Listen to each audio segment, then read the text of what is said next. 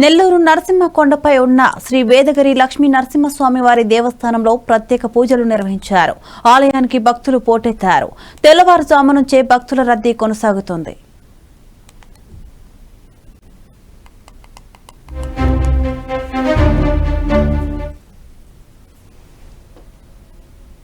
దేవరపాలెం గ్రామంలో నరసింహకొండపై స్వామివారి శ్రీ వేదగిరి లక్ష్మీ నరసింహస్వామి వారు వేయించేసి ఉన్నారు.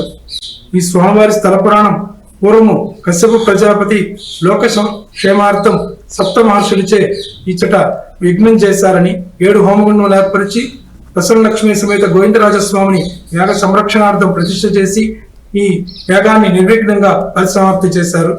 యాగ పూర్ణాహుతి నుండి ఒక జ్యోతి వెలువడి ప్రస్తుతం స్వామివారు వెలిసి ఉన్న గుహలో అంతర్ధానమైంది. ఆ జ్యోతి వెంబడి వచ్చిన కశ్యపాది మహర్షులు ఆ జ్యోతిని వైశాఖ శుద్ధ చతుర్దశి స్వాతి నక్షత్రం స్వయం సంధ్యా సమయంలో లక్ష్మీ నరసింహస్వామిగా ప్రసన్నం చేసుకున్నారు. ఏదైతే ప్రహ్లాద సంరక్షణార్థం నరసింహస్వామి ఆ సాయం సంధ్యా సమయంలో ఉద్భవించి ప్రహ్లాదని రక్షణ చేశారో అదే విధంగా ఆ సమయంలోనే ఇక్కడ జ్యోతి స్వరూపంగా వచ్చి లక్ష్మీ నరసింహస్వామి నరసింహకొండపై వేయించేశారు. సప్త మహర్షులు వేదాలతో స్వామిని అర్చించారు కాబట్టి ఇది వేదగిరి పేరు. వేదగిరి లక్ష్మీ నరసింహస్వామి. సప్త మహర్షులు యాగం చేసిన 7 హోమగుండాలు ప్రస్తుతము స్వామివారి సన్నిధికి కుడివైపు 2 లోయలో వెలసి ఉన్నాయి. అచ్చటనే యాగ సంరక్షణార్థం ప్రతిష్ఠ చేసిన శ్రీ గోవిందరాజస్వామి వారి వెలసి ఉన్నారు. స్వామివారు గుహలో వెలిసారు.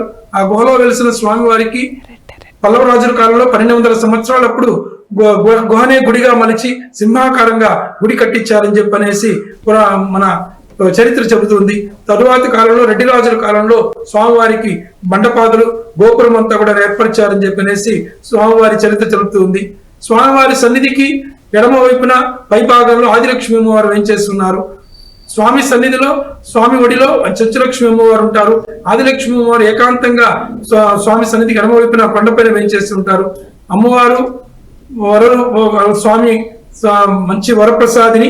అమ్మవారికి మొక్కుకొని సంతానం లేని వాళ్ళు ఊయలు కడితే పక్కనున్న వృక్షంలో సంతానం కలుగుతుందని చెప్పనేసి ఇక్కడ ప్రసిద్ధి. స్వామి మహత్యం ఏమంటే కొండి కాసులు వాడు అంటారు. అమ్మవారి సన్నిధికి ప్రదక్షిణ మార్గంలో కుడి పక్క ఒక ఉండి లాంటిది ఉంటుంది. అచ్చట పాములు తేళ్లు వగైరా విషజీవుల నుంచి రక్షించుకోవడం ప్రార్థన చేసుకొని కొండిగా కానుకలు సమర్పించుకుంటే వారికి పాములు తేళ్లు వగైరా విషజీవుల నుంచి రక్షణ, విష జ్వరాల నుంచి రక్షణ కలుగుతుందని చెప్పనేసి స్థల పురాణము.